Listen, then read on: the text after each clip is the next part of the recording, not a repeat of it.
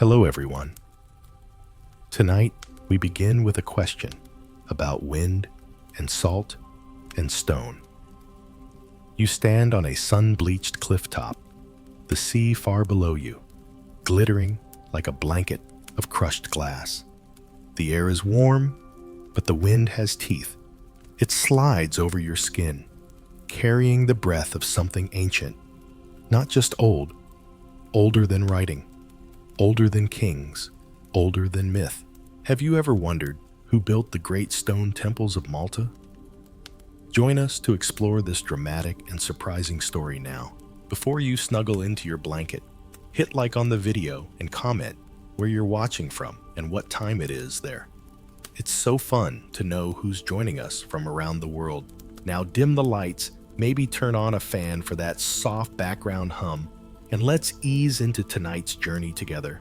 You take a step forward, and the gravel crunches beneath your sandals. The path curves gently downhill, toward a crumbling structure nestled into the earth. At first, it looks like another ruin, just a scatter of weathered stones. But as you draw closer, patterns begin to emerge. Great upright slabs form curved walls. Some lean inward, framing a doorway. Others lie flat wide as boats stacked one atop another. There's no cement, no metal, just stone balance shaped and placed. And not by accident. You step over the threshold and your foot touches something smooth, polished. A floor slab worn by centuries of steps or ceremonies. This is Ħaġar Qim, a name that means worshipping stones. You pause there for a moment. The sea whispers behind you, wind sifting through low shrubs and tall grass. You close your eyes, let the sound wash over you. It's not just the rustle of wind and wave. It's as if the stones themselves are breathing. Imagine holding a paddle in your hand now, if only for a moment. Feel the weight, not heavy balanced. Now, imagine lifting one of these stones with only hands, ropes, and faith.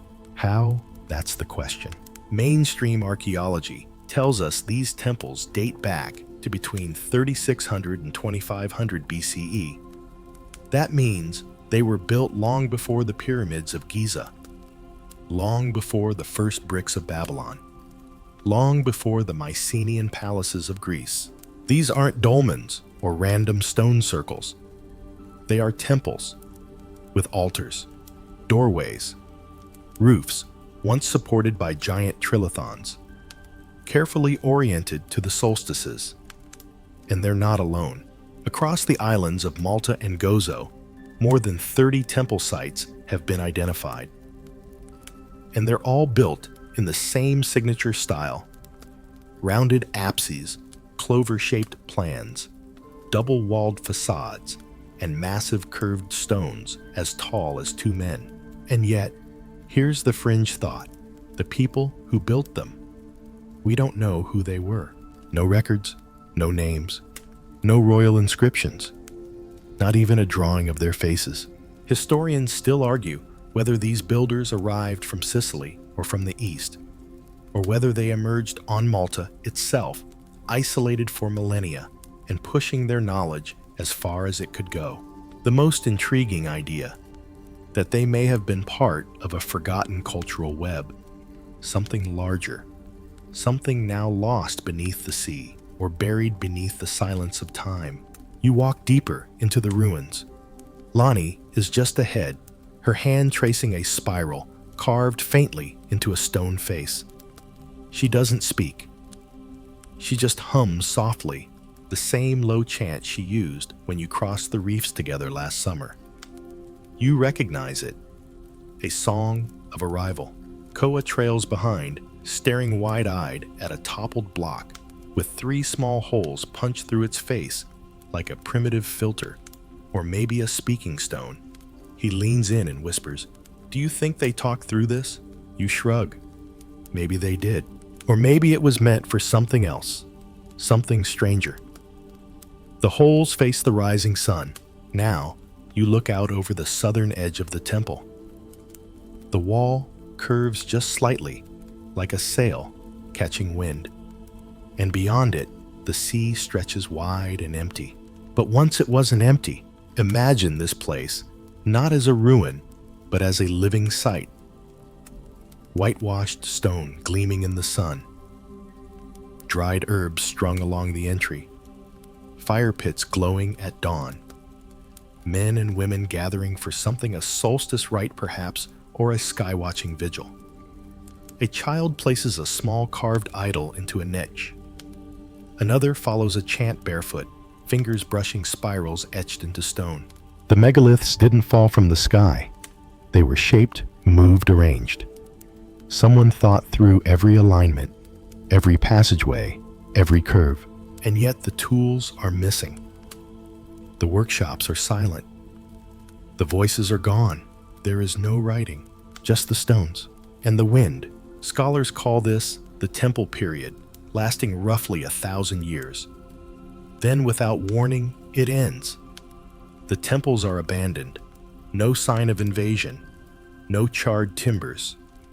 No skeletal remains from battle. Just emptiness. You reach the inner chamber now. There's a small altar, chipped but still proud. Beyond it, a window-shaped hole carved through 3 layers of stone. On certain mornings, the sunlight passes through it, perfectly, hitting the altar in a golden shaft. Lonnie turns to you. "They knew the stars," she says softly. You nod, because somehow they did. The temple faces the solstice sun. Others are aligned to lunar phases. Still others, like Mnajdra, nearby track equinoxes with stone calendars so precise they rival anything built until the Renaissance. You step back into the wind, now the night cooler against your skin. As you look back over your shoulder, the stones of Ħaġar Qim catch the moonlight. They don't shine, but they don't vanish either. They just stand, waiting. And somewhere far off in the dark, you think you hear Tua's voice, quiet and amused. Funny, isn't it? We leave stories. They leave silence. And yet we still follow. The moon casts long silver shadows across the temple stones now, and the sea breeze carries with it the faintest scent of crushed thyme and salt. You move slowly, not because you're tired, but because the land around you demands it. Every step feels like a whisper, every breath like an offering. You leave Ħaġar Qim behind, but it doesn't quite leave you. Its weight lingers, not just in your legs, but in your thoughts. Ahead, Lonnie raises her hand, gesturing toward another rise just beyond the hill. There, she says, her voice a thread in the wind. The older ones, you follow. The path winds through wild brush and loose rock. And then suddenly, you're standing before another temple. Or rather, what remains of one. It's called Ġgantija, the Giant's Tower. Locals still speak of it in half-remembered rhymes, a place too old to be explained, too big to be real. But here it is. Ġgantija is older than Ħaġar Qim, older than Tarxian, older than Stonehenge, older than the pyramids of Giza. That's not a myth. That's the mainstream historical fact. Carbon dating places the first phase of construction around 3600 BCE. And by then, this site already had a distinct architectural style, complete with apses, altars, and massive facade stones weighing up to 50 tons. You pause for a moment and press your hand to one of them. It's warm from the day's sun, but colder beneath.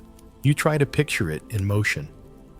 A crew of people, dozens, maybe hundreds, hauling these boulders into place with nothing but rope wooden rollers and sheer persistence. Except there's a problem. There are no trees on Malta suitable for those rollers.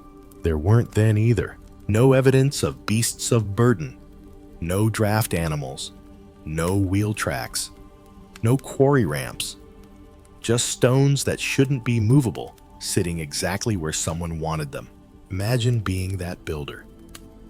Bare feet, cracked hands, a vision too large to speak out loud. You don't just place a rock, you place meaning. You align it to the stars, to the winds, to the shape of the island's breath. Koa crouches next to a pile of worn fragments and picks up a chunk of coral. They dragged this from the coast, he says, frowning. But it's 15 kilometers inland. You glance around. The terrain is rugged, rocky, not a flat path in sight.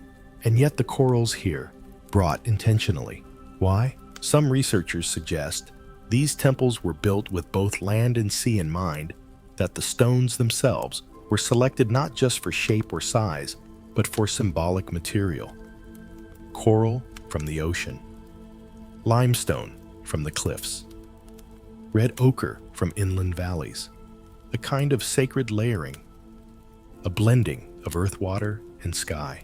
But that's not in any textbook. That comes from the fringe, from whispers in anthropology forums, and from old stories still told in low voices. Stories like the one Tua shared by firelight, once aboard your canoe after a long night of star watching. He'd leaned in his carved staff across his knees and said, "They built it before time was measured, before men argued about who should be king." You asked who they were. Tua only smiled. Not us, but close enough to remember how. Historians still argue whether these ancient Maltese builders were isolated from the rest of Neolithic Europe, or part of a wider web that included Sardinia, Sicily, even North Africa. No clear link has ever been confirmed. The style is unique. The scale is unmatched for its time. And then, just as with the later temples, it all ends. No war, no fire, no sudden extinction, just silence. You walk deeper into the heart of Ġgantija now. The temple seems to curve inward like a spiral shell. Each chamber opens into the next, with doorways carved in perfect symmetry. The air feels thicker here, not hot, not cold, just still. Lonnie touches one wall, her fingers resting on a carved groove. It's faint, but deliberate. A double spiral one, curling out, one curling in. She turns to you and says softly, "This one's different," and it is. The floor beneath your feet tilts slightly. You feel it. The temple isn't level. It rises and falls, like a wave, subtle but perceptible. Was that on purpose? Some believe the floor plan mimics the female body, broad hips, narrowing toward a womb-like central chamber. The temples, then, are not just sacred spaces, but physical metaphors for birth, creation, and regeneration. You step into that central space now, and everything narrows. The sound changes. The wind disappears. You hold your breath. There's something here. Not alive, not dead, just waiting. And maybe that's what Malta's megalithic temples do best. They wait, through storms and conquest, through empires and forgettings. They never shout. They just remain. Theories swirl around them, of goddess cults, of astronomical observatories, of vanished civilizations, with knowledge we barely understand. Some have tried to connect the temples to Atlantis, others to survivors of a pre-flood culture. Most of that, the textbooks dismiss. But you don't have to believe it. You just have to stand here. Feel the smoothness of stone worn by hands you'll never meet. See the way the sun enters only one chamber on the solstice morning. Watch the shadows trace curves instead of lines. And in that moment, you'll know something that doesn't need proof. These people weren't primitive. They were precise. They didn't leave behind words. They left behind places. And tonight, you've stepped into one. The stones hum behind you now, not with sound, but with memory. You step out of Ġgantija, the moonlight catching on its weathered walls one last time, and you head north across the rocky soil. The path ahead is uneven, dusted with broken shell and small pebbles. But the wind is kind and steady. You pause to drink from your water gourd, and Lonnie sits beside you, her hair braided tight, a thin thread of red coral looped into one lock.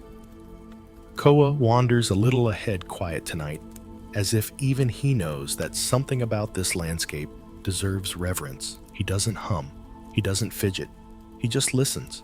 Because this island is filled with voices that don't speak in words. You walk toward Tarxian.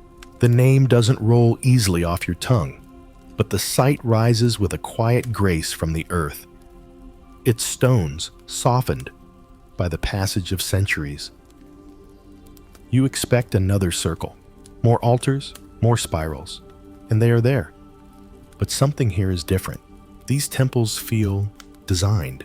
There are wide courtyards and passageways that suggest processions, decorative carvings of goats, pigs, and spiral forms, fragmented statues, massive, headless, broad-hipped figures, once believed to represent a goddess, but no writing, no tombstones, no kings. You can't help but wonder, who were these people? Mainstream archaeology tells us they were Neolithic villagers, farmers and stoneworkers living in simple dwellings, raising animals, growing barley. But if that's true, then how did they build temples aligned to astronomical events? How did they shape 50-ton boulders with no metal tools? How did they build across generations and then vanish without leaving even a whisper of themselves behind? Historians still argue whether Malta's temples were created by a single people over centuries or by different waves of settlers who mimicked and adapted the earlier designs. But none of the known cultures that followed the Bronze Age settlers, the Phoenicians, the Romans, built anything like this. It's as though the skill disappeared, or more curiously, wasn't passed on. You place your palm on one of Tarxian's entrance stones. It's covered in intricate carvings, spirals again, but also dots and indentations.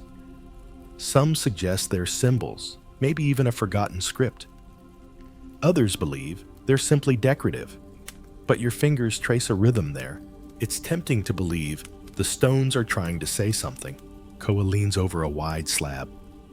There's a groove here, he says, voice low. You crouch beside him and see it worn smooth, as though ropes or tools passed along it again and again. But there are no tools here, no remnants of copper blades, no marks of hammers. The limestone shows no chiseling, no scarring. It's as though the stones were shaped by pressure, not impact. Smooth like river rock, but on a hill. Some suggest they used sand and water slowly eroding the surface. Others point to primitive percussion tools, wood, stone, bone, but those have never been found here. So you stand again. You walk through the next chamber, and that's when you feel it. The walls curve inward like ribs. The floor narrows. You're standing at the heart of the temple. This room is different. It's not aligned to the solstice. It's not decorated, but the way it holds sound, you hear your breath differently here. Slower, rounder. You whisper something, just to test, and the echo doesn't return. It swirls. The Hypogeum Malta's underground temple is famous for its acoustics, but this open-air chamber seems to do something similar. Some researchers believe these ancient builders understood how to shape sound, not just stone, that they could tune their spaces perhaps to enhance chanting or to manipulate emotion. A fringe idea, perhaps. But then again, imagine you're a temple priest 5,000 years ago. You walk through chambers whose very walls reinforce your voice. You chant, and it feels like the air breathes back. You don't need writing. You have resonance. You have rhythm. You have memory held in stone.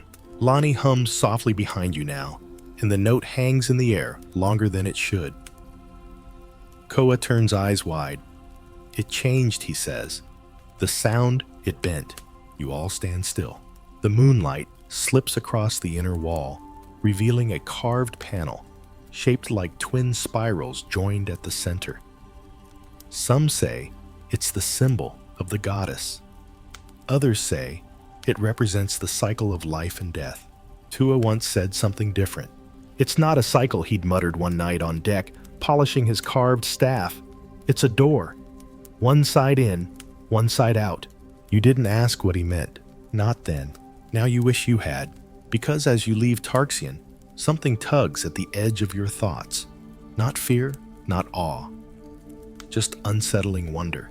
Who designed this, and why didn't they leave their names? Maybe that's the point. Maybe names weren't needed. Maybe the temples weren't meant to celebrate individuals. Maybe they were meant to anchor something larger. A belief, a world, a connection between earth and sky that didn't need to be spoken to be known. You reach the edge of the complex and look back one last time. The stones rise in soft curves, lit faintly by the stars. They don't form a tower. They don't pierce the sky. They embrace it. And as you turn to leave, you feel it like a breath just behind you. The sense that something is still there, watching. No, waiting. The stars overhead seem sharper tonight, like they've crept closer to listen. You walk inland now, across uneven paths scattered with wild fennel and olive shrubs. The silence isn't empty. It's filled with stone weight, memory weight. Every temple you've passed has left a little of itself in your chest. But as you round the edge of a low slope, you see it. Not a temple, a compass. It's called Mnajdra. But to those who've stood inside it during the equinox, it's more than a name. It's a calculation, a message, a line drawn not in ink, but in light. You descend carefully toward the site. The sea is just beyond the bluff, close enough that you can hear the constant hush of waves working the rocks. Mnajdra sits nestled into the earth, like a crouched animal watching the horizon, waiting for something precise. Lonnie leads the way now, her fingers brushing against tall grasses. She doesn't speak, but you see the excitement in her posture. Koa follows, holding a small shell map. He squints at it, then at the sky, then at the stones, as if trying to match what's above with what's below. And maybe he's right to try. You pass the outer gate and step inside the temple. It's cool in here, shaded by the thick, curved walls. The air tastes faintly of salt and dust. And time. Mnajdra is built in 3 parts, upper, middle, and lower temples, each with its own doorway altar and celestial alignment. But it's the lower temple that draws you, because this one is alive with light.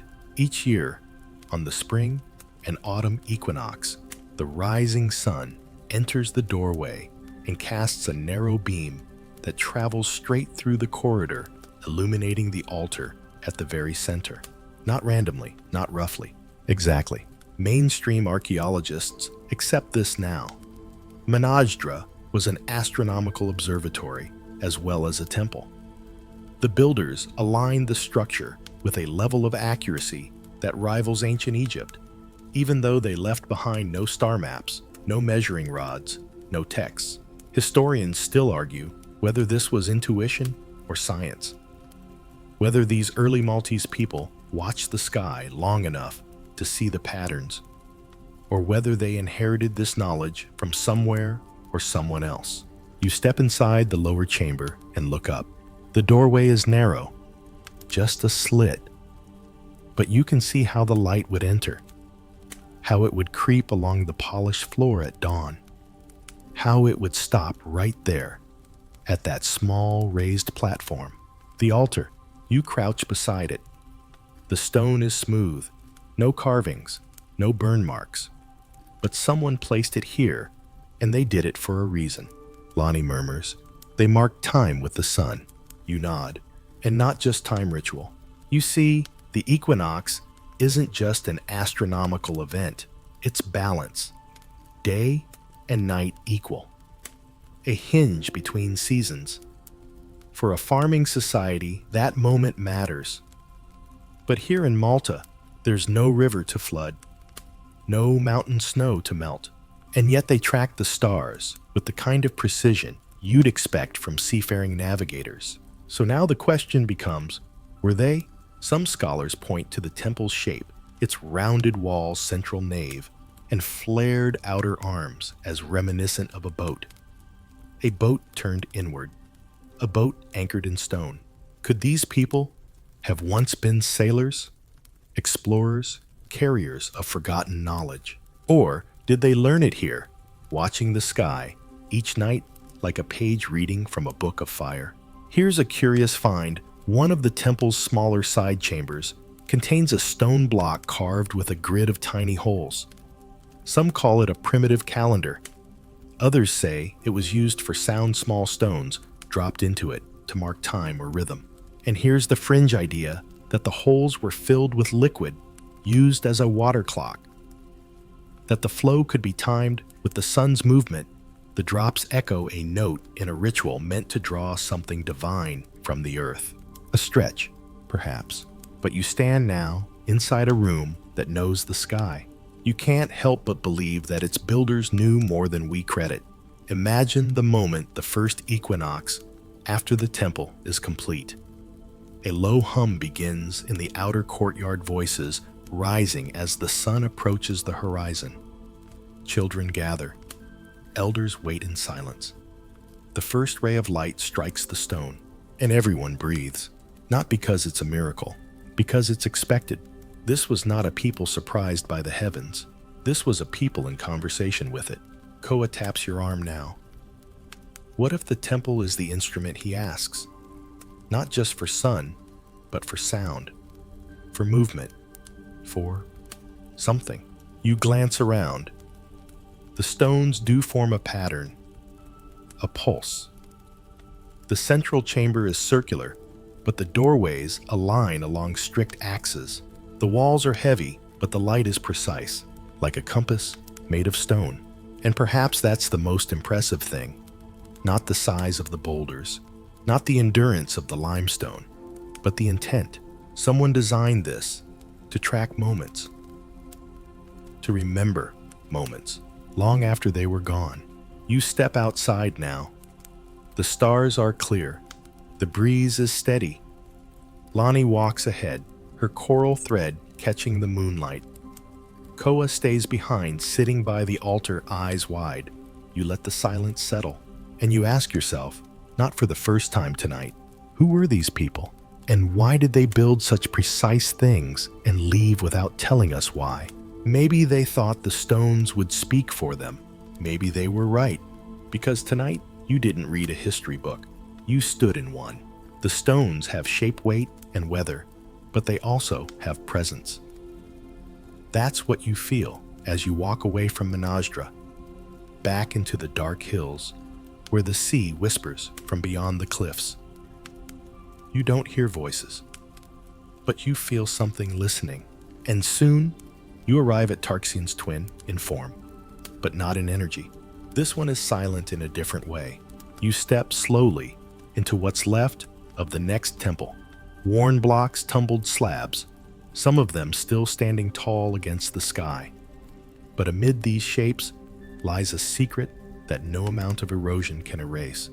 A statue, or rather the lower half of one, massive, imposing, carved in limestone with smooth, rounded legs and wide hips. The skirt is detailed pleats etched carefully like ripples in soft cloth frozen in stone. The feet are stubby and bare, but the torso and head are missing. Not broken, missing. And that's when the air changes. Just slightly. You don't know who she is or was, but you know she was meant to be seen. Locals call her the Fat Lady. But she isn't cartoonish. She's not grotesque. There's gravity in her.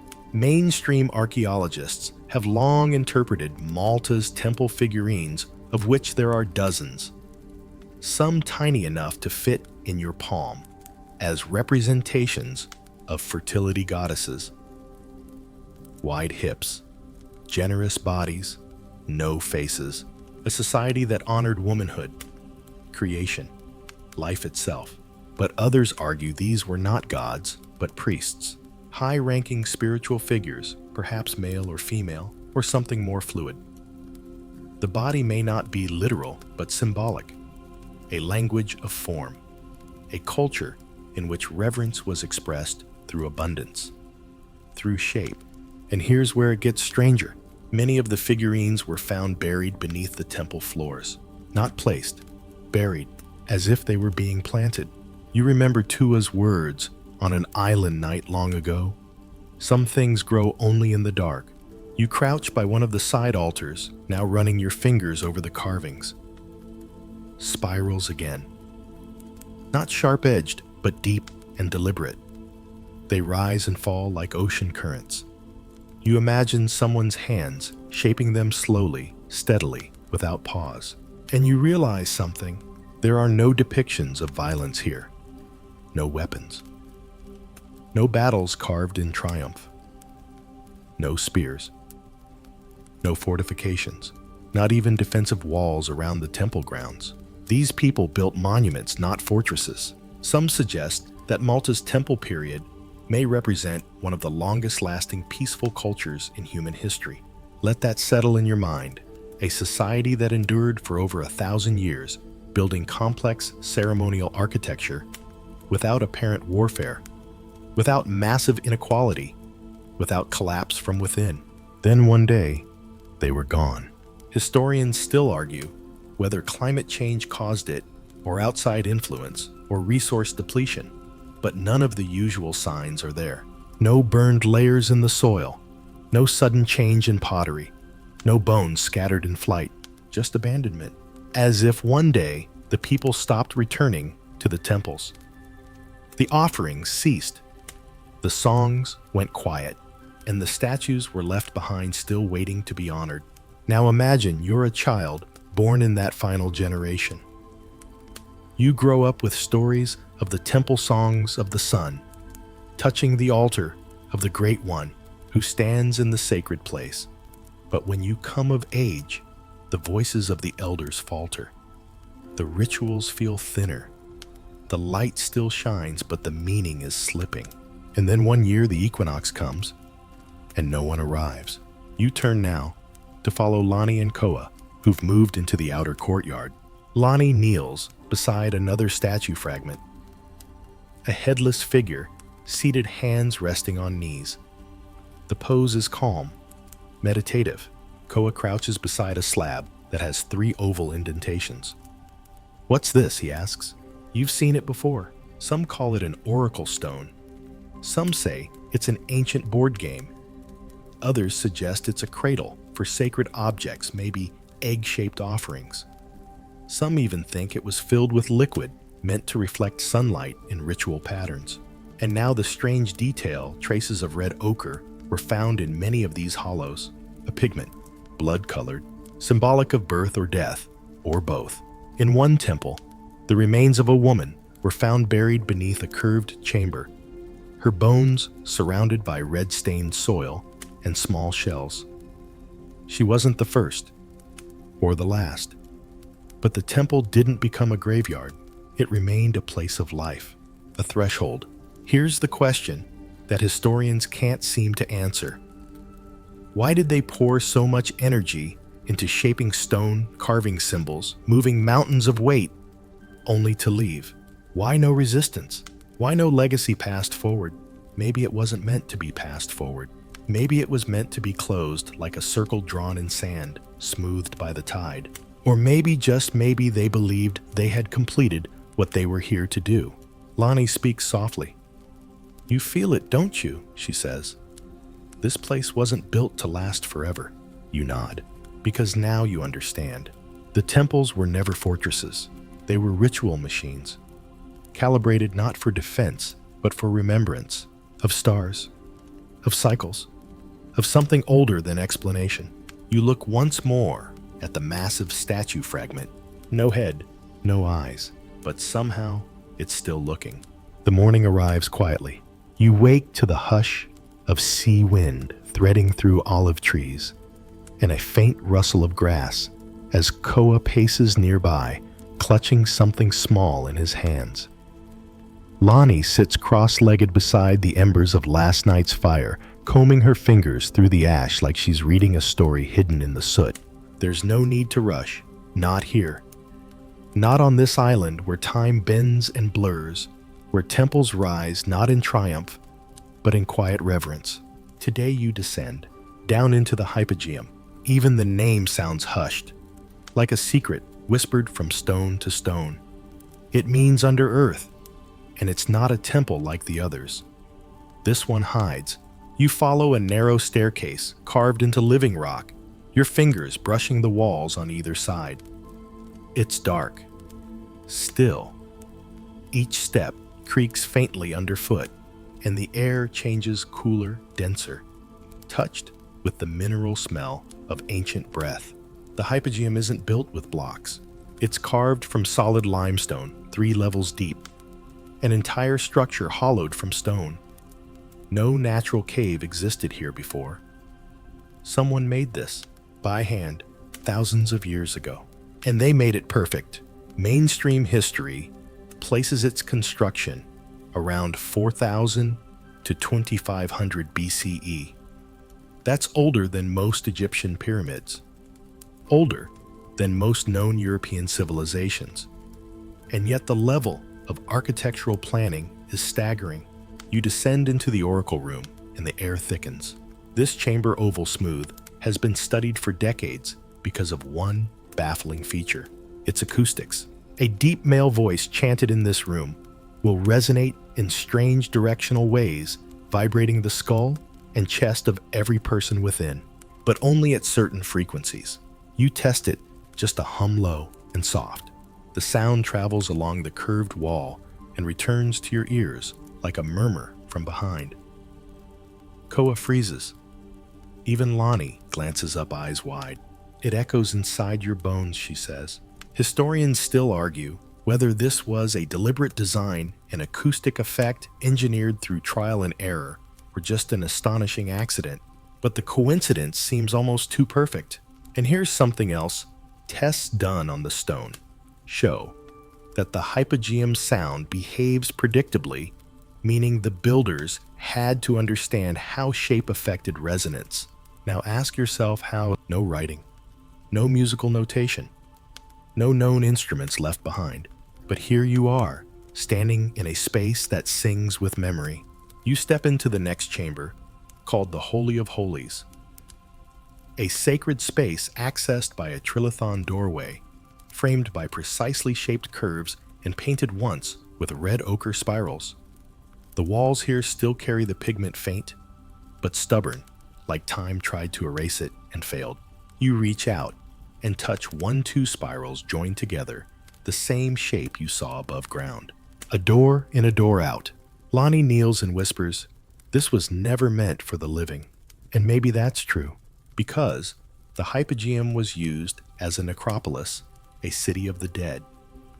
Over 7,000 individuals were once buried here, their bones placed carefully in niches, accompanied by amulets, shells, and polished stones, not randomly. With pattern, here's something strange. Among the skulls, found in the deepest level, some displayed elongated craniums, not from disease but seemingly natural or intentional modification. Fringe. Theorists leap on this. Were they a separate class? A priestly caste? A forgotten people entirely? But no answer ever stuck. The skulls themselves vanished, removed from public view. Some claim they were lost. Others claim they were hidden. Tua once told you, half smiling in firelight, some bones don't want to be found again. You move deeper now to the lowest level, known as the lower chambers. This part of the hypogeum is rougher, less ceremonial, more raw. Carved with the same care, but simpler. Some think it was used for storage. Others believe it housed initiates, or even a form of sensory deprivation ritual. The walls drip with condensation. Your breath fogs in front of you, and in the stillness, you swear you can hear breathing. Not yours, not Koa's, not Lonnie's. Just deep, slow, ancient, and then silence again. You close your eyes. Imagine lying here 5,000 years ago in complete darkness. The walls around you pulsing with sound. The bones of ancestors behind the walls. A voice from the oracle room echoing down the stairwell, vibrating in your sternum like a second heartbeat. Would you leave this place the same person? Would you return from the dark with your mind opened or emptied? These were not barbaric people burying their dead with stones. These were engineers of mystery. Koa points to a carving on the floor, interlocking spirals etched deep. This again, he says. You nod. You've seen it in every temple. The same form, not just decoration. A message, a rhythm, a guide. The ancients of Malta didn't build randomly. Their structures, above and below ground, echo the same geometry, the same orientation, the same reverence for sound, light, and stone. It's as if the island itself was a machine of meaning, and the hypogeum, its core. You rise now, slowly, climbing back toward the upper level, your legs heavy with the memory of the dark. The light feels too sharp as you emerge, the sea breeze too loud. You blink into the sky and let your lungs stretch again. Lonnie places a hand on your shoulder. You've been changed, she says simply. And she's right, because you didn't just visit an archaeological site. You journeyed into a designed silence, one that still listens and remembers. Even the sky seems older now. You've walked among stone sentinels and curled through chambers carved from darkness. You've heard the echoes that don't need voices. And tonight, as the stars come out fewer than you remember, and somehow brighter, you settle into the folds of Malta's ancient hills with a new kind of stillness in your breath. Lonnie's building a small fire with dry olive twigs. The smoke curls like memory. Koa sits a little apart, eyes fixed on the horizon, tracing patterns with a stick in the dust. He draws spirals without realizing. And you remember something Tua once said during a voyage through a fog-thick channel. When you can't see the stars, remember the rhythm. Tonight, there are no stars in the temples, but there is rhythm, and it's time to follow it to a site most visitors overlook. A place not surrounded by stone walls, but by ruts, grooves, tracks in limestone. This is Clapham Junction, a nickname given by British colonials, of course, amused by the crisscrossing channels in the rock that reminded them of London's busy train hub. But these are not train tracks. They are ancient, deep, sometimes up to 20 inches, carved into solid stone. And they go everywhere. Up hills, down slopes, through valleys, and sometimes eerily into the sea. No one knows for certain how old they are or why they exist. Mainstream archaeology once suggested they were cart ruts, tracks left by wooden carts carrying heavy stones or goods. But that raises its own questions. Why are some tracks so narrow, only 4 feet apart? Why do they cross each other at strange, impractical angles? Why do they lead to nowhere? And most strangely, why are some ruts found underwater, well below the modern sea level? Koa runs a hand through one of the grooves now. These weren't for wheels, he says half to himself. You kneel beside him. The limestone is worn smooth inside the tracks, not gouged. It suggests not violence, but repetition. Movement over time. Like footsteps. Like sleds. Like something sliding. Some fringe researchers suggest the ruts were not from carts at all, but from sledges lubricated with water or animal fat. That the entire island may have had a network of ritual or industrial pathways directing processions or transporting megalithic blocks. But even that doesn't explain the oddest detail. Some tracks go up cliffs, not beside them, up them. You walk along one such incline now, your feet following the groove like water in a carved channel. The angle steepens. You pause. Try to imagine a cart making this journey. It doesn't make sense. Lonnie whistles softly behind you. Not made for wagons, she says. Made for something heavier or stranger. You turn to look back. The path you followed curls into another, then another. It's a web, a circuit, and if you could see it from above, like a hawk drifting high, you'd notice something even more bizarre. Many of these ruts point directly at the ancient temples, aligned with them, or connecting them, a network, not of roads, but of meaning. Historians still argue whether these tracks were practical or sacred. Some suggest a calendar marking seasonal processions from temple to temple. Others say they were guides for the dead, symbolic channels, leading spirits to the underworld or across the sea. And there's one last theory, quiet but persistent, that these grooves once marked the paths of machines. Not steam-powered, of course, not metal, but ancient devices used by a forgotten civilization, prehistoric technologies that moved stones with magnetic force or water pressure. No evidence, of course, just the mystery of the ruts themselves and the feeling you have now, standing with the wind tugging at your sleeves and the stone groaning faintly beneath your feet. That something here was built with purpose, not for show, for movement, for flow. You follow the grooves now down toward the coast, where the tracks vanish into a small cove. The limestone ends abruptly. The sea begins. But the ruts keep going. Beneath the waves, Lonnie points to the horizon. What if the sea wasn't always here? She's right. During the last ice age, sea levels were lower. Much of Malta's coastline was dry land. Perhaps the ruts once stretched even farther, connecting lost sites now hidden under blue silence. You sit now at the water's edge. Let your hands trail through the foam. Imagine the sound of sleds gliding over stone, the rhythm of rope and chanting, the hiss of friction, the steady hum of thousands of feet following sacred tracks. You ask yourself, were these roads or rituals? Koa crouches beside you.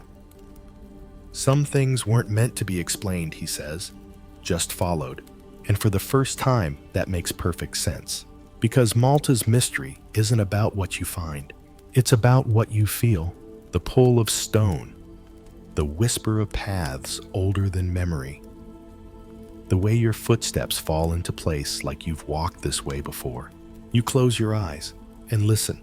You wake to dew on your lashes and the scent of time carried by a soft morning breeze. The sea has quieted, and for once so has Koa. He's curled beside a smooth boulder, still asleep, one hand clutching his shell map like a talisman. Lonnie stands barefoot in the shallow surf, facing east, her braid resting against the curve of her back, the tide lapping at her ankles. She doesn't speak, but you sense she's found something. Today, you journey inland, away from the crashing coasts and the great stone circuits, through terraced hills where goats wander freely and low walls crisscross the earth like stone stitching, past fields where wild fennel leans lazily and fig trees drip with heavy fruit. And then there it is, Tas Silg. Unlike the grand megalithic temples, Tas Silg is subtle, a low rise strewn with fragments. At first glance, it looks like a place abandoned by time, but this hill holds layers, not just of soil, but of civilizations. You crouch by a scatter of stone foundations, some just ankle high, others embedded deeper, faint outlines in dusty ground. The past here isn't one thing, it's many, stacked like pages in a well-worn book. Here's the extraordinary part. Tas Silg was sacred for thousands of years, continuously used and reused from the temple period through the Phoenician age, into the Roman era, and even early Christianity. Each wave of culture built atop the last, not erasing, but adapting. Imagine that. A sacred place so enduring, so full of power, that even conquerors respected it. Lonnie walks beside a curved wall, fingers grazing its lichen-covered surface. They all knew, she murmurs, even when they couldn't say why. The lowest layers date back over 5,000 years, matching the original megalithic builders. Here, among these foundation stones, lie fragments of the spiral carvings you've seen before. A curve, a loop, a flick of red ochre still visible under a crack. Then came the Phoenician seafarers, traders, worshippers of the goddess Astarte. They built a shrine here, layering their own symbols atop the older ones. Shells, incense bowls, amulets. But they didn't destroy the megaliths they wove around them, using them as sacred anchors. Later, the Romans arrived, and what did they do? They turned Te Silg into a temple of Juno protector of women and marriage. Offerings of oil-burned clay figurines, coins, all left behind in reverence. And then came the Christians. They didn't tear down the temple either. They simply added a chapel, a few crosses, and continued to pray in the same direction, toward the same rise, beneath the same stars. Historians still argue whether this continuity was intentional reverence or accidental reuse, but the result remains the same. Tas Silg is a rare site where memory was never erased. Koa crouches near a shallow pit lined with stone. Why here, he asks. Good question. There's no grand alignment here, no polished altar to catch the sun, and yet the spiritual weight is unmistakable. One theory: water. Deep beneath the hill lies an underground spring, one of the few in this arid region. Sacred to the ancients, perhaps even life-giving during dry seasons. Water, after all, doesn't care who's in power. It just flows. Another theory suggests this site sits at a magnetic anomaly, a subtle shift in the Earth's field that early people may have sensed in their bones. Animals feel it. Birds follow it. Maybe humans once did too. You press your palm to the ground. It's warm, not with heat, but with story. Lonnie sits beside you, quiet for a long time. Then she says, places like this, they teach us how to listen. And she's right. Tas Silg doesn't shout its mystery like the hypogeum. It doesn't dazzle with monoliths like Ḥaġar Qim. It waits. And in waiting, it remembers. This hill has been holy for more years than your calendar can count. Its stones have heard prayers in a dozen tongues, whispered to gods with different names, but maybe the same face. Here's the fringe idea that all these layers weren't coincidence, but designed. That the first builders marked this site not just for themselves, but for those to come. A living altar meant to be inherited. What if Malta's temples weren't about power, but preservation, not tombs of the past, but seeds for the future? You look over at Koa, now tracing spirals into the dirt with a twig. He's still learning, still listening, but something's growing in him, something shaped like trust. You lie back now on the sun-warmed ground, eyes closed, and you imagine the passing of centuries not as destruction, but as song. New voices added to the chorus, new hands tending the same flame. What if every culture that walked here felt that flame? And what if, just maybe you do too? You move inland again, tracing the worn hills where wild fennel nods lazily in the breeze, and cicadas crackle in chorus with the sun. The soil here is soft and iron-rich red, like old fire dry as ash. The trail curves gently, then abruptly, until the hills break open to reveal Mnajdra. No matter how many temples you've walked through, this one stops you cold. Not for its size, though it is large. Not for its carvings, though they're precise. It's the position. This temple doesn't just sit on the land. It greets the cosmos. The whole structure aligns with astronomical precision, built to frame the rising sun on the spring and autumn equinoxes. As you stand inside the central doorway, You can imagine the sunlight streaming straight through that narrow slit, lighting the heart of the chamber like a divine exhale. Lonnie stands there now, as if caught mid-blessing. "It's a calendar," she says softly, "but one you can walk inside." You step through the trilithon and feel the shift in light. Even now, without the equinox sun, the stones guide the shadows gently inward. Koa touches the floor where rays would fall. Imagine seeing that sunrise year after year. You'd trust the world again. That's the truth. Mnajdra teaches faith not in gods necessarily, but in the sky's consistency. In the promise that seasons turn, that darkness yields, that the sun always returns. Historians still argue whether these alignments were symbolic or practical, whether they were sacred rituals or simply agricultural necessities. But either way, the effect remains a temple of light and time. And what's even more extraordinary, they pulled it off with megaliths, massive stones weighing up to 20 tons, hauled and arranged with uncanny accuracy, without metal tools, without wheels, without even beasts of burden. Koa walks behind one of the largest blocks. "No chisel marks," he whispers again. And they balanced it on 3 smaller stones. Like a trick. It does feel like a trick. These stones aren't just heavy, they're impossibly well fitted. The doorways taper inward at the top. The lintels curve just enough to take weight evenly, and the floor rises in smooth steps that somehow follow the slope of the land itself. You realize something strange. The temple wasn't built on this hill. It was built with it, formed in sympathy with the terrain, like the builders were listening to the stone's preference, not forcing their own. And the symmetry. You start to notice it everywhere. The niches mirror each other. The altars are centered. The lintels over the doorways form perfect angles. From above, if you could float like a seabird, you'd see a rough cloverleaf pattern opening to the east. Lonnie sketches the layout in the dirt with her heel. 3 chambers, like body, mind, and breath. Maybe that's what the ancients saw too.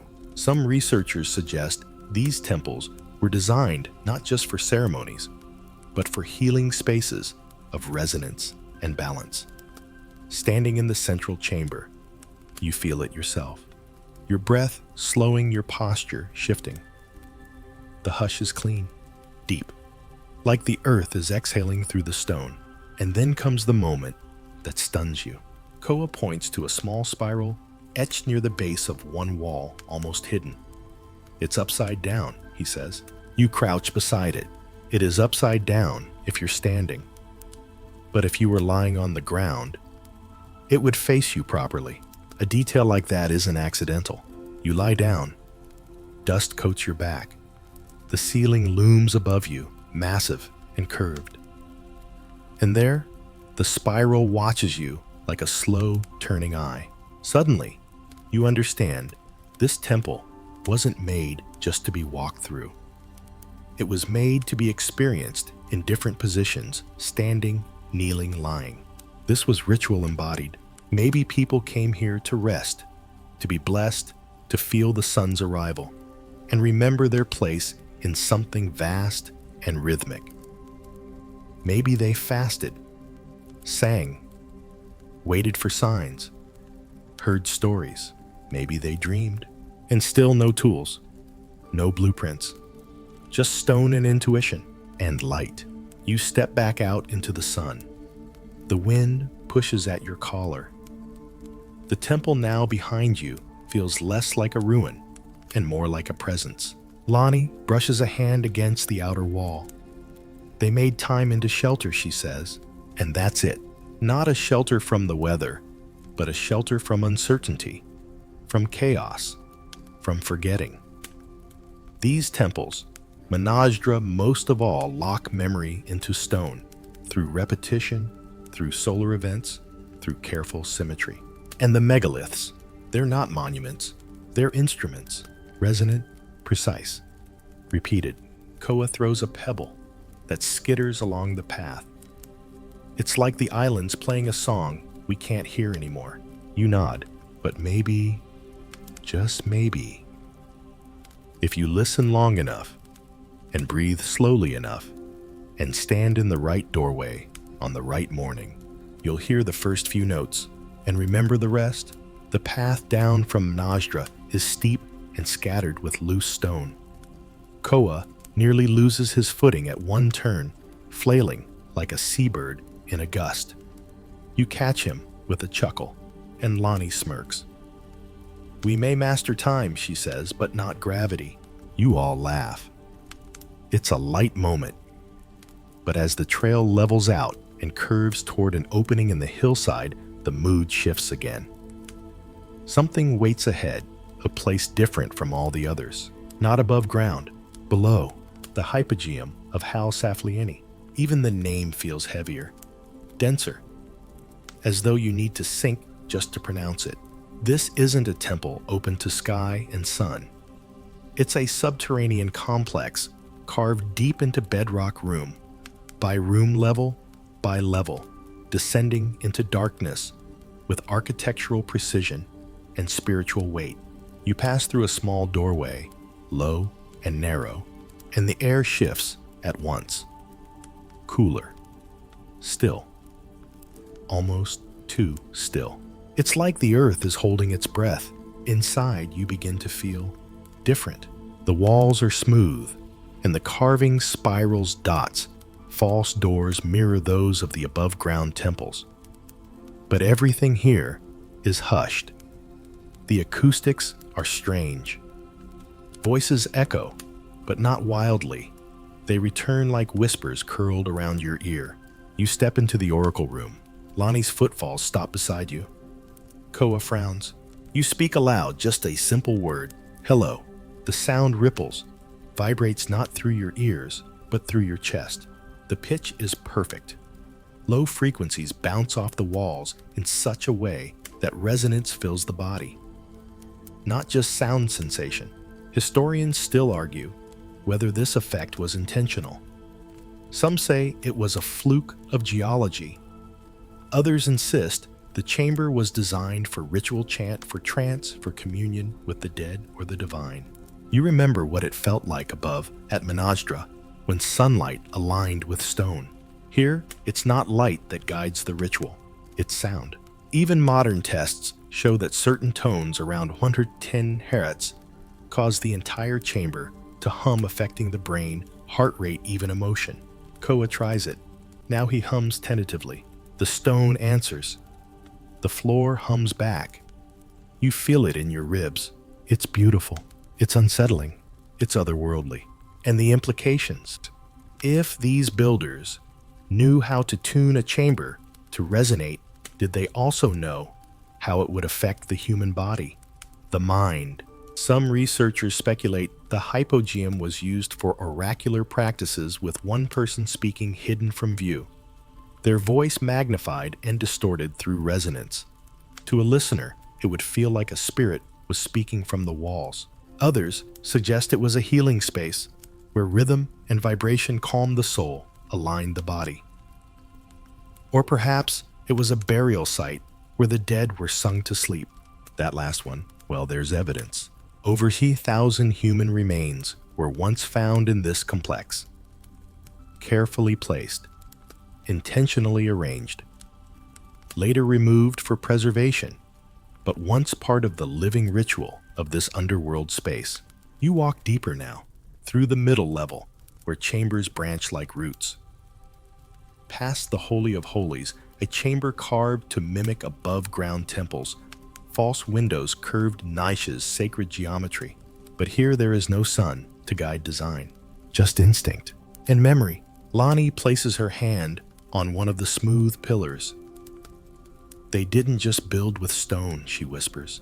They built with silence. You pause, because yes, that's what it feels like. Silence that isn't empty, but attentive. The hypogeum doesn't feel abandoned. It feels occupied by something you can't name. And then the final chamber, the lower level, rarely open, less known, and deeper than you imagined.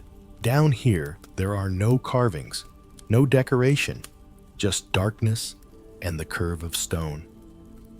Some say this level was used for water storage, others for ritual seclusion, a place where initiates waited for visions. You sit on the cool stone now, closing your eyes, and you feel it. Not sound, not sight, something else. A pull, like the island is dreaming through you. Koa's breathing slows beside you.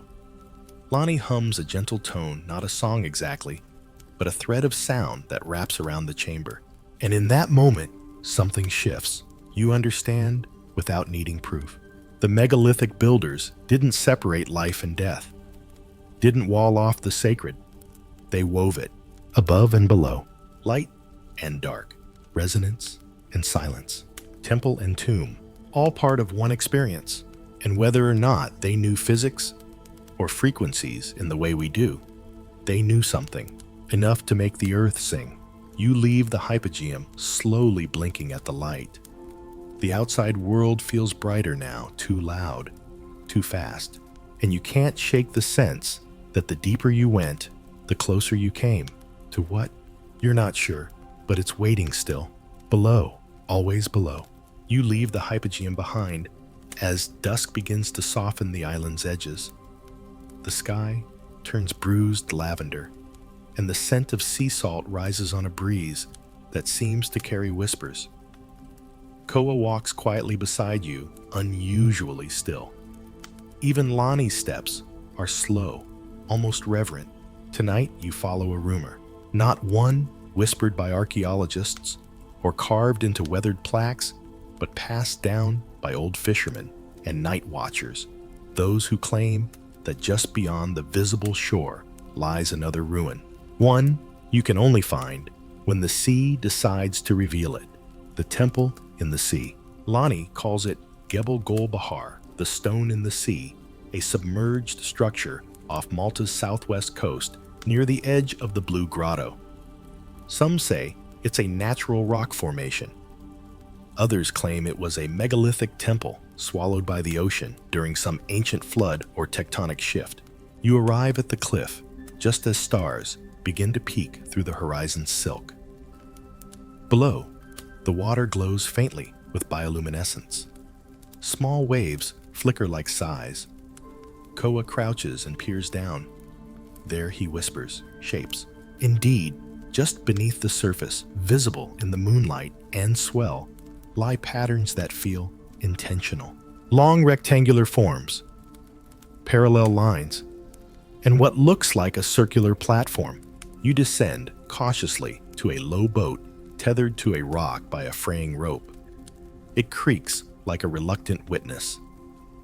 Lonnie unties it without a word, and together, the three of you push off into water that feels older than speech. The sea here is unusually calm, like it too is holding its breath. And then you see it. Beneath the shallow waves, pale stone structures appear outlines of what might have been chambers, altars, passageways. It's not the tidy geometry of a modern foundation. It's organic, rounded, heavy, familiar, like the temples you've walked, but this one lies hidden, sleeping. Some divers believe these ruins extend several meters beneath the seafloor. Others claim to have seen spiral patterns carved into fallen blocks. One man even swore he found a trilithon, a door-like structure leaning against a coral-covered ledge.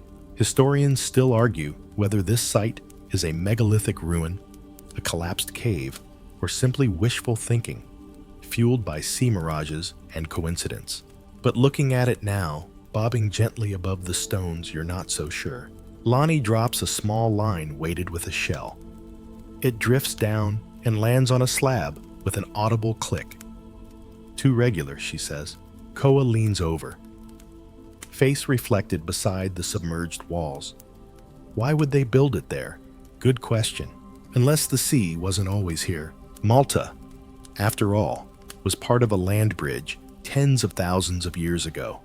Sea levels rose, coasts shifted, myths multiplied. There are stories of temples drowned by punishment. Others say this was the original temple and that the ones on land were just echoes, recreations of something now unreachable. You stare deeper into the water. Could a civilization have stood here building with the same spirals and solstice alignments only to lose it all to the tides? And if so, how did they know? Did they watch the water rise, day by day, stone by stone? Did they move inland building new temples in the style of the one swallowed?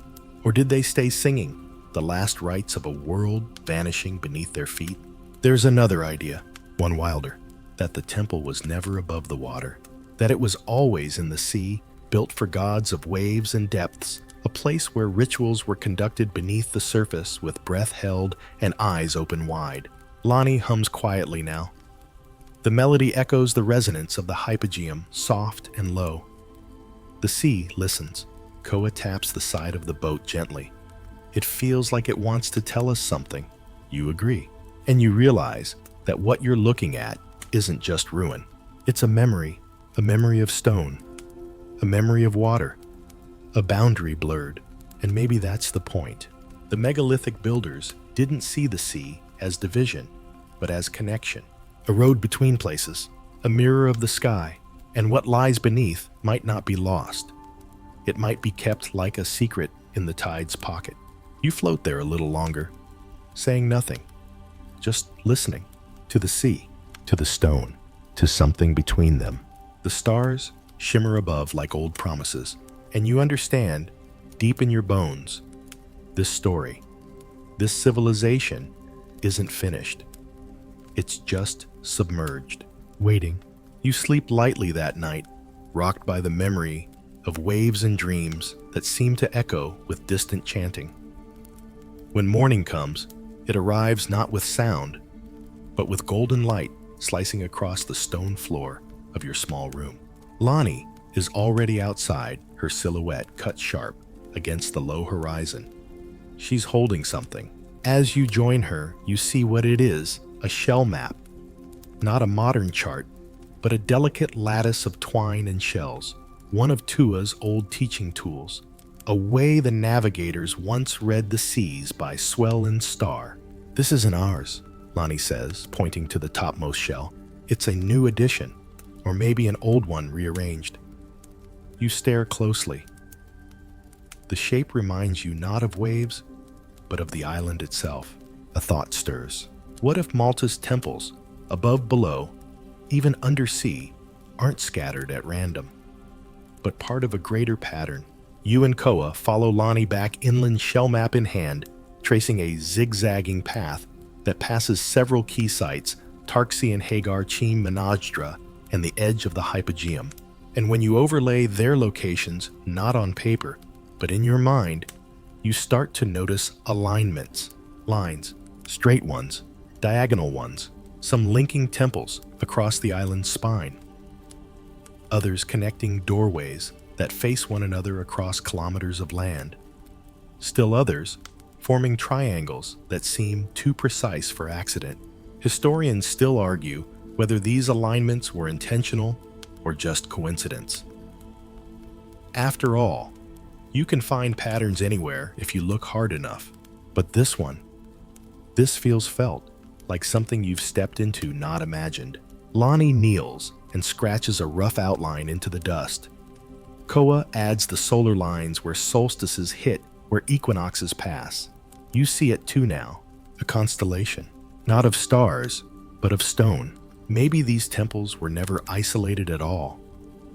Maybe they were connected like nodes in a memory web, forming one enormous spiritual machine. And just like Tua's shell map, they could have helped ancient people navigate not seas, but seasons, cycles, lives.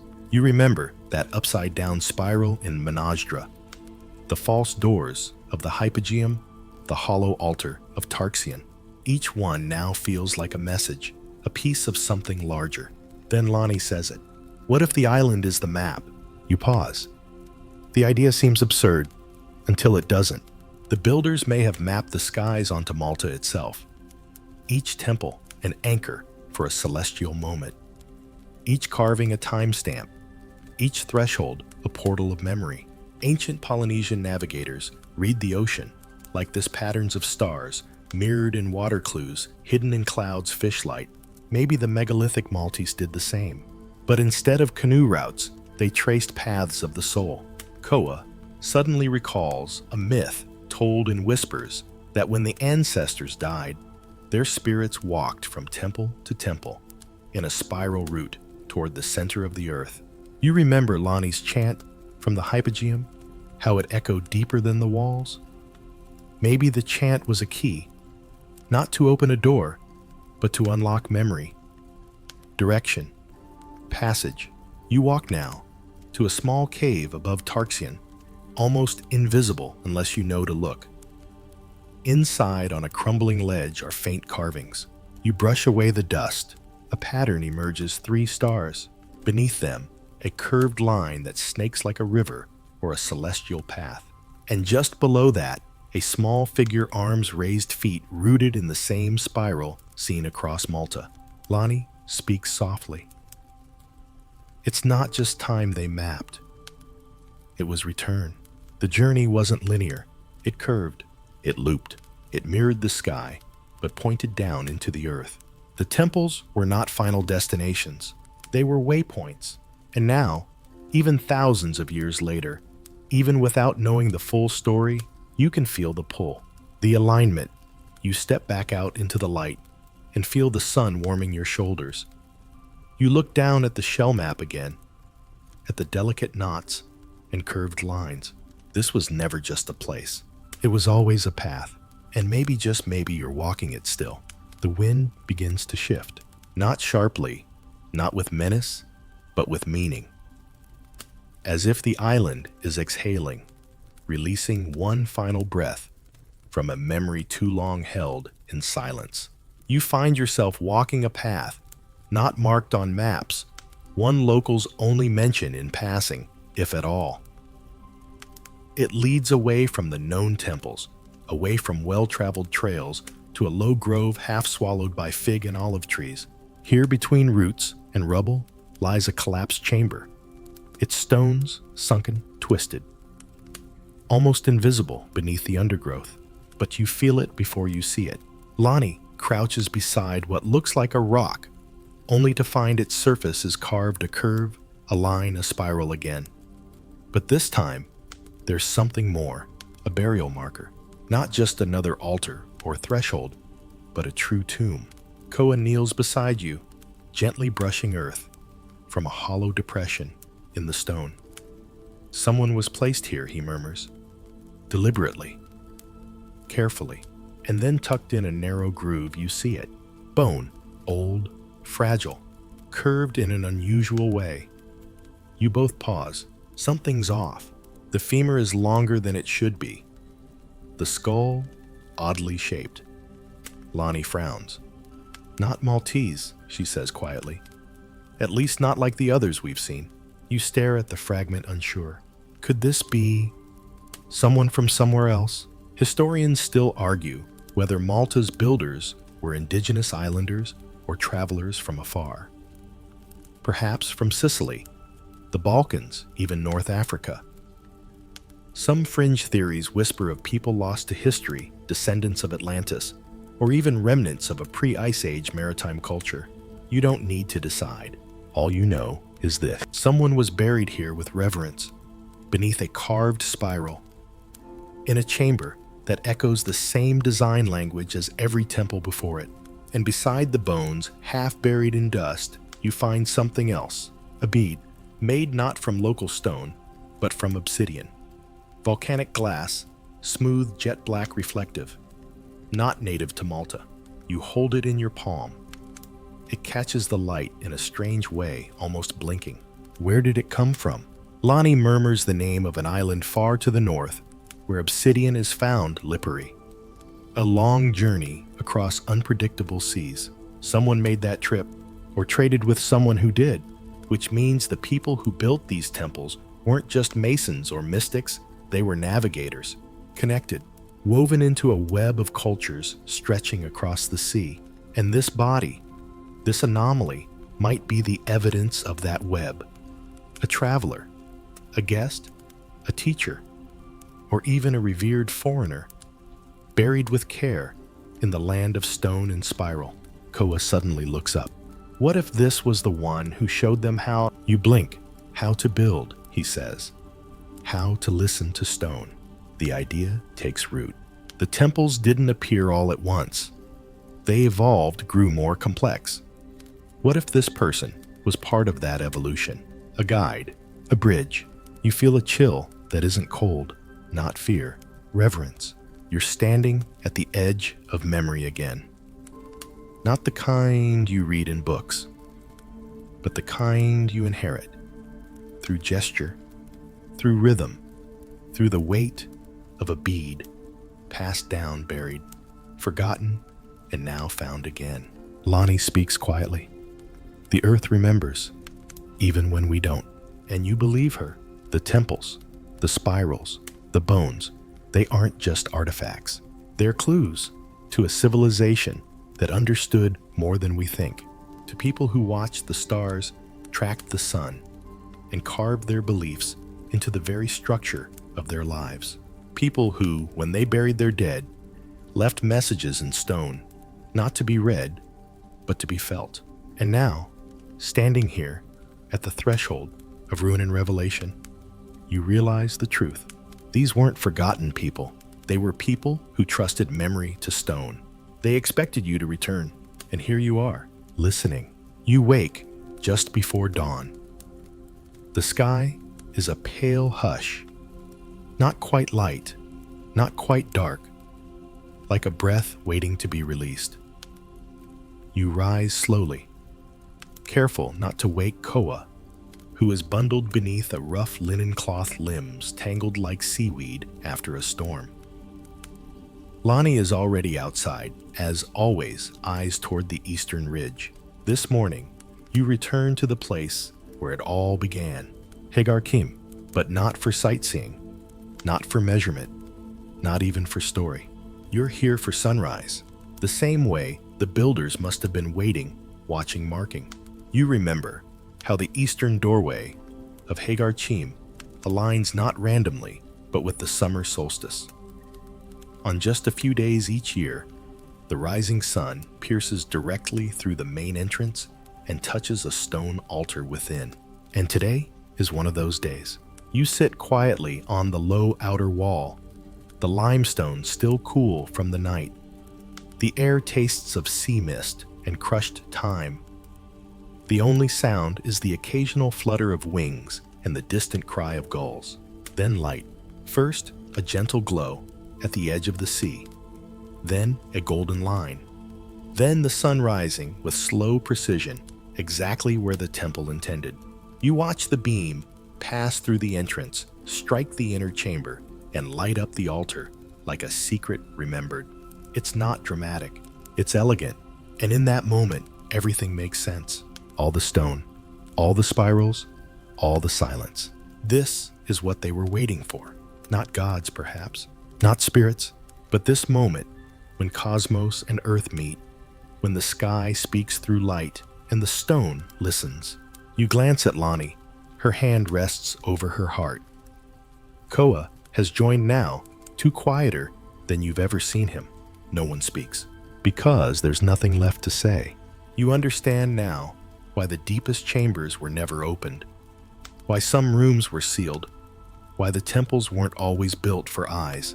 They were built for alignment, for a rhythm not measured in hours or years, but in return, a kind of knowing that doesn't need unlocking, only witnessing.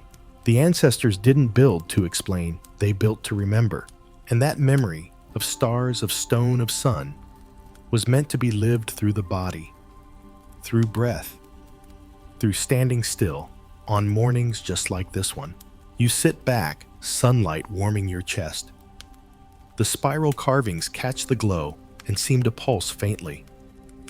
You imagine the builders watching from this same spot hundreds of generations ago, nodding at the sky as if greeting an old friend. And you feel it too, this quiet joy, this reunion. You realize then that your journey through Malta's megalithic temples hasn't just been about discovering the past.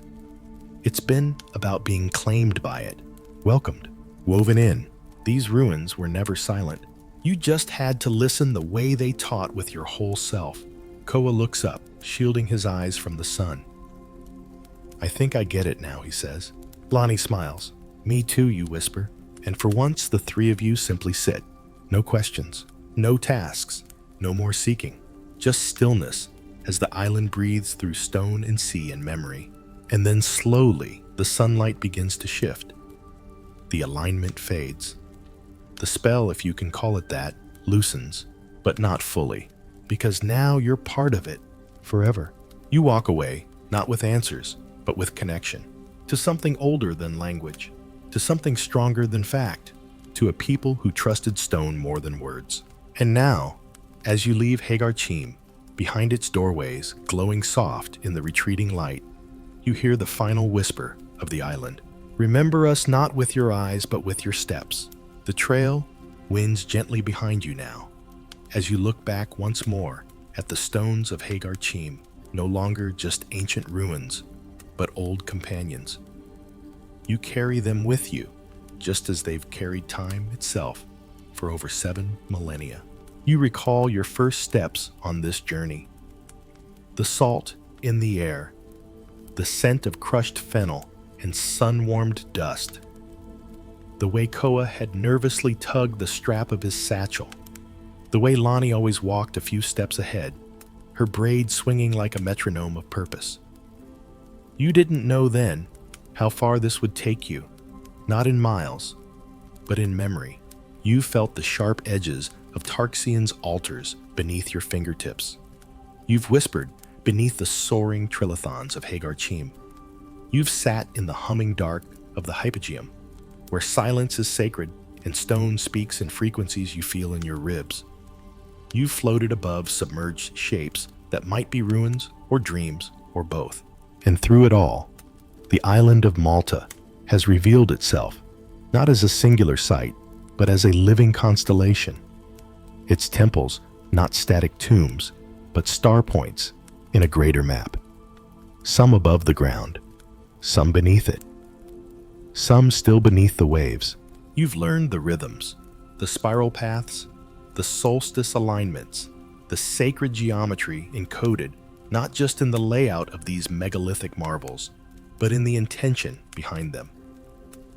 You've stood where sunlight touches altars only once a year. You've heard chants that aren't written down, only passed breath to breath. Koa, once timid and stumbling now, walks with a quiet steadiness, having knelt beside a burial that perhaps belonged to a traveler, a stranger turned ancestor. Lonnie, who rarely smiles, had tears in her eyes at sunrise this morning, though she said nothing. And you? Well, you've changed too.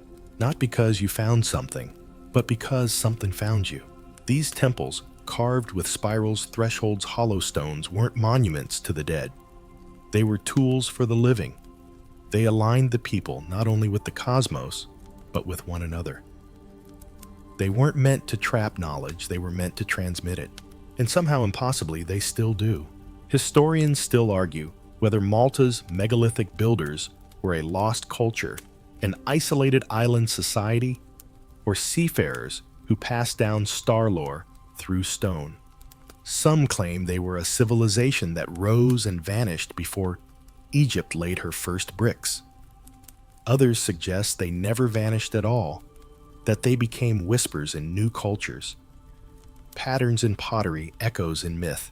You understand now that the truth doesn't live in a single theory. It lives in the spiral. It curves backward and forward at once, wrapping around time like a shell around silence. And in that spiral, you hear Tua's voice, calm and wise from long ago. You don't have to understand everything. Just keep listening. The stone remembers. And so as the stars begin to appear again, above Malta's low hills, and the soft murmur of sea returns, like lullaby, you settle down, not to solve, not to decode, but to rest in the presence of memory. Because this tale, this people, this island, this whispered story told in stone isn't a mystery to be cracked. It's a song, a long, slow, beautiful song that you were always meant to hear at night, and now you've heard it. So close your eyes. Feel the cool of the stone beneath your hand. Hear Lonnie's chant faintly in the wind. See Koa drawing spirals in the dust with a sleepy smile. Remember the stars, the tombs, the echoes. And know this, you are now part of the story. A new footstep in the ancient path. A new breath in the island's long exhale. And wherever you go next, the temples remain not as relics, but as quiet companions. Their silence is your lullaby, their memory your guide. Thank you truly for joining me through every emotion, every turn, every moment of this journey. It's been an adventure, and I'm grateful to share it with you. As we close this tale, I wish you a peaceful evening. May you have a restful night, deep sleep, and dreams filled with wonder and light. Rest well, you've earned it. And when you're ready for the next story, I'll be here waiting to journey with you again. Before you go, if you loved this tale, please leave a like and share your thoughts in the comments. I'd love to hear what moved you, surprised you, or lingers with you long after the story ends. Until we meet again, good night, and see you in the next adventure.